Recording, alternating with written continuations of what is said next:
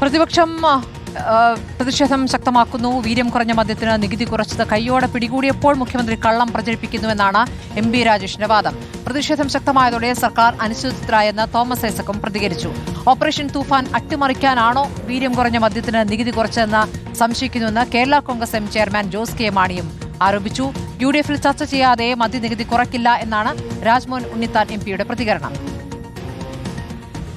വീര്യം കുറഞ്ഞ മദ്യത്തിന് ആരും അറിയാതെ സൂത്രത്തിൽ നികുതി കുത്തനെ കുറച്ചുകൊടുത്ത് മദ്യകുത്തകയെ സഹായിക്കാൻ നടത്തിയ ഡീൽ കയ്യോടെ പിടിക്കപ്പെട്ടപ്പോൾ ബഹുമാനപ്പെട്ട മുഖ്യമന്ത്രി കള്ളങ്ങളുടെ ഘോഷയാത്ര നടത്തി രക്ഷപ്പെടാൻ ശ്രമിക്കുകയാണ്. അവാസ്തവങ്ങളും അസത്യങ്ങളുമാണ് അദ്ദേഹം രക്ഷപ്പെടാനായി പറഞ്ഞുകൊണ്ടിരിക്കുന്നത്.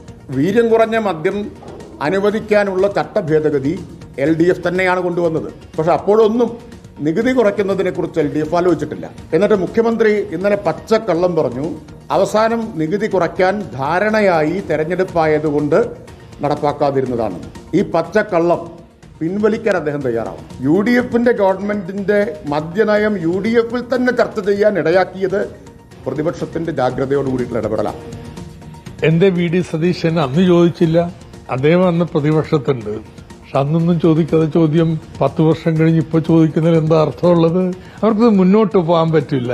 ഇതി മാത്രമല്ല, ഈ കരിമണൽ ഖനനത്തിലും മുന്നോട്ട് പോകാൻ പറ്റില്ല.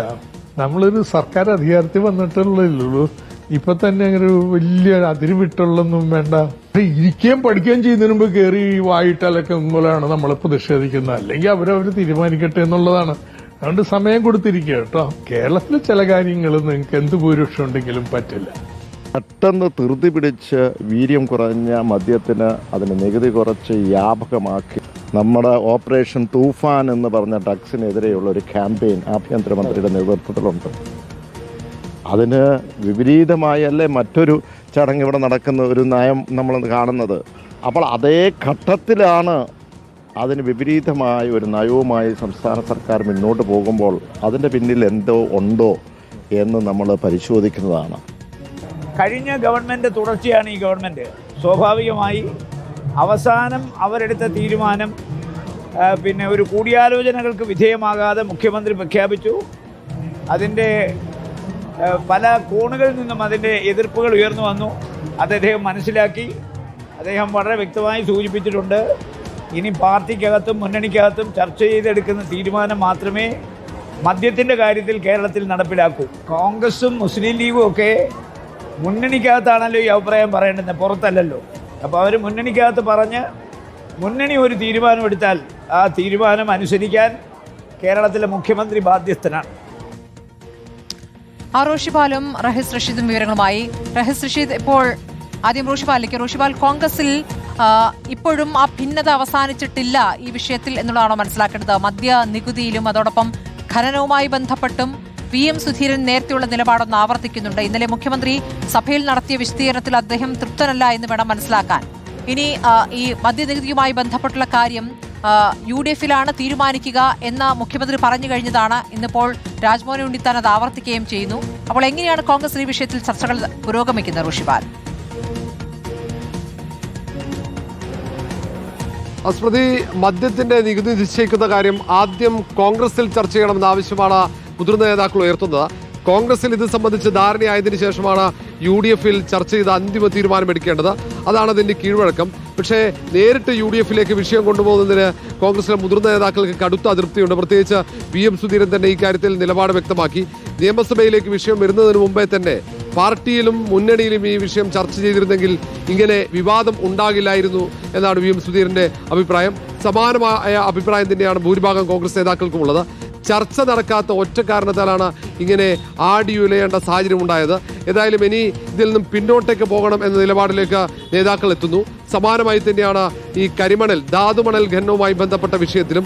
ഒരു തരത്തിലും സ്വകാര്യ മേഖല മാത്രമല്ല, പൊതുമേഖലയിൽ പോലും ധാതുമണൽ ഖനനം ആലപ്പുഴ തീരത്ത് പറ്റില്ല എന്ന നിലപാടിലേക്കാണ് നേതാക്കൾ പോകുന്നത്. മാത്രവുമല്ല, അതിൽ വലിയ പ്രക്ഷോഭത്തിന് മത്സ്യത്തൊഴിലാളികൾ തയ്യാറെടുക്കുന്ന കാര്യം മുന്നറിയിപ്പായി AICCയുടെ സെക്രട്ടറിയായ TN പ്രതാപൻ മുഖ്യമന്ത്രിയെ അറിയിച്ചിട്ടുമുണ്ട്.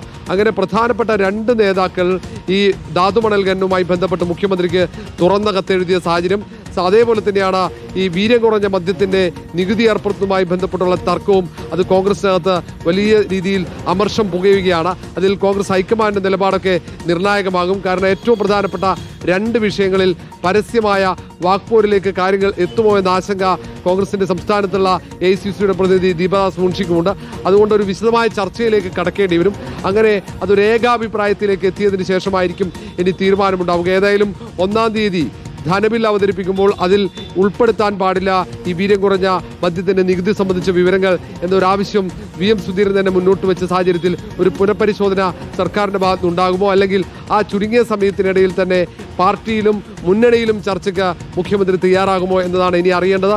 നിലവിൽ മുഖ്യമന്ത്രി നിയമസഭയിൽ പറഞ്ഞത് UDF-ൽ ചർച്ച ചെയ്ത് തീരുമാനമെടുക്കുമെന്നാണ്.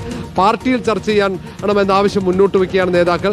പാർട്ടിയിൽ ചർച്ച ചെയ്തതിന് ശേഷം മാത്രം മതി UDF-ലേക്ക് ഈ വിഷയം കൊണ്ടുപോകുന്നത് എന്ന നിലപാടാണ്. രാഷ്ട്രീയകാര്യ സമിതിയിൽ തന്നെ ഈ വിഷയം ഉന്നയിച്ച് ചർച്ച ചെയ്യണം എന്ന ആവശ്യമാണ് ഇപ്പോൾ മുന്നോട്ട് വരുന്നത്. ശരി, റഹീസ് റഷീദിലേക്ക്. റഹീസ്, ഇപ്പോൾ CPM-ഉം ഇത് ഒരു ആയുധമാക്കുന്നു. ഇന്നിപ്പോൾ വീണ്ടും മുൻ എക്സൈസ് മന്ത്രി MP രാജേഷ് മാധ്യമങ്ങളെ കണ്ടിരിക്കുന്നപ്പോൾ ഈ വിവാദം അത് അങ്ങനെ തുടരാൻ തന്നെയാണോ പ്രതിപക്ഷവും തീരുമാനിച്ചിരിക്കുന്നത്? സ്മൃതി, അങ്ങനെ തന്നെയാണ്. ഇതിൽ നിന്ന് പിന്നോട്ട് പോയാലും മുന്നോട്ട് പോയാലും ഈ വിഷയം സജീവമായി നിലനിർത്തുക എന്നതാണ് പ്രതിപക്ഷത്തിന്റെ തീരുമാനം. ഇതിൽ U-ടേൺ അടിക്കുകയാണെങ്കിൽ കയ്യോടെ കളവ് പ്രതിപക്ഷത്തിന്റെ ഇടപെടലിലൂടെ പിടിച്ചത് കൊണ്ട് പിന്നോട്ട് പോയി എന്ന നരേഷനായിരിക്കും CPIM നടത്തുക. അതിന്റെ ആദ്യഘട്ടം എന്ന നിലയിലാണ് ഇന്ന് ഏതാണ്ട് അതിന് സമാനമായ കാര്യം MP രാജേഷ് പറഞ്ഞത്. മറ്റൊന്ന്, കോൺഗ്രസിനകത്തും UDF-നകത്തും ഇതുമൂലം പല തരത്തിലുള്ള തർക്കങ്ങളുണ്ട്, അസ്വസ്ഥതകളുണ്ട് എന്നത് CPIM-ന് അറിയാം. അതുകൊണ്ടാണ് MP രാജേഷ് ഇന്നൊരു കാര്യം പറഞ്ഞത്. മെയ് മാസം 21-ാം തീയതി മുഖ്യമന്ത്രിയായ VD സതീശന്റെ കയ്യിൽ ഈ ഫയൽ വരുന്നു. ഇതിൽ തീരുമാനമെടുക്കുന്നത് ജൂൺ മാസം 14-ാം തീയതിയാണ്. ഏതാണ്ട് 24 ദിവസം മുഖ്യമന്ത്രിയുടെ കയ്യിൽ ഈ ഫയൽ ഉണ്ടായിരുന്നു. എന്നിട്ടും കോൺഗ്രസിനകത്തോ UDF-നകത്തോ ഇത് സംബന്ധിച്ച ഒരു ആശയവിനിമയം നടത്താനും VD സതീശൻ തയ്യാറായില്ല. സ്വന്തം നിലയിൽ അദ്ദേഹം തീരുമാനമെടുക്കുകയായിരുന്നു എന്ന ആക്ഷേപം ഉന്നയിക്കുന്നത് മുന്നണിക്കകത്തും പാർട്ടിക്കകത്തുമുള്ള അസ്വസ്ഥതകളിൽ നിന്ന് ഗുണമുണ്ടാക്കാമോ, അതായത് VM സുധീറിനെ പോലുള്ള നേതാക്കൾ ഇതിനെതിരെ രംഗത്ത് കൂടി വരുന്നത് കൂടുതൽ ഗുണകരമാകും എന്നതുകൊണ്ടാണ്. ഇനി ഉറ്റുനോക്കുന്നത് UDF യോഗമാണ്. UDF യോഗത്തിൽ എന്തായാലും ഈ നികുതി കുറച്ച് വീര്യം കുറഞ്ഞ മദ്യം വിൽക്കരുത് എന്ന നിലപാട് സ്വീകരിക്കാൻ മുസ്ലിം ലീഗ് തീരുമാനിച്ചിട്ടുണ്ട്. മുന്നണിയിലെ രണ്ടാമത്തെ കക്ഷി എന്ന നിലയിൽ അവരുടെ അഭിപ്രായം മുഖവിലക്ക് എടുക്കേണ്ടതുണ്ട്. അതുകൊണ്ട് എന്താണ് ഇക്കാര്യത്തിൽ ഇനി VD സതീശൻ എടുക്കുന്ന സ്റ്റാൻഡ് എന്ന് മാത്രം നോക്കണം. ലീഗ് എടുക്കുന്ന നിലപാടിനൊപ്പമായിരിക്കും VM സുധീരൻ അടക്കമുള്ള നേതാക്കൾ, KC വേണുഗോപാലിനൊപ്പമുള്ള നേതാക്കളും അതേ നിലപാട് UDF യോഗത്തിൽ എടുത്താൽ ഇത് മുന്നോട്ട് കൊണ്ടുപോകില്ല എന്നാണ് പ്രതിപക്ഷം കരുതുന്നത്. എങ്കിലും ഈ വിഷയം വിടാതെ പിന്തുടരാം എന്നവരുടെ തീരുമാനവും. മദ്യനികുതി വിഷയം വിടാതെ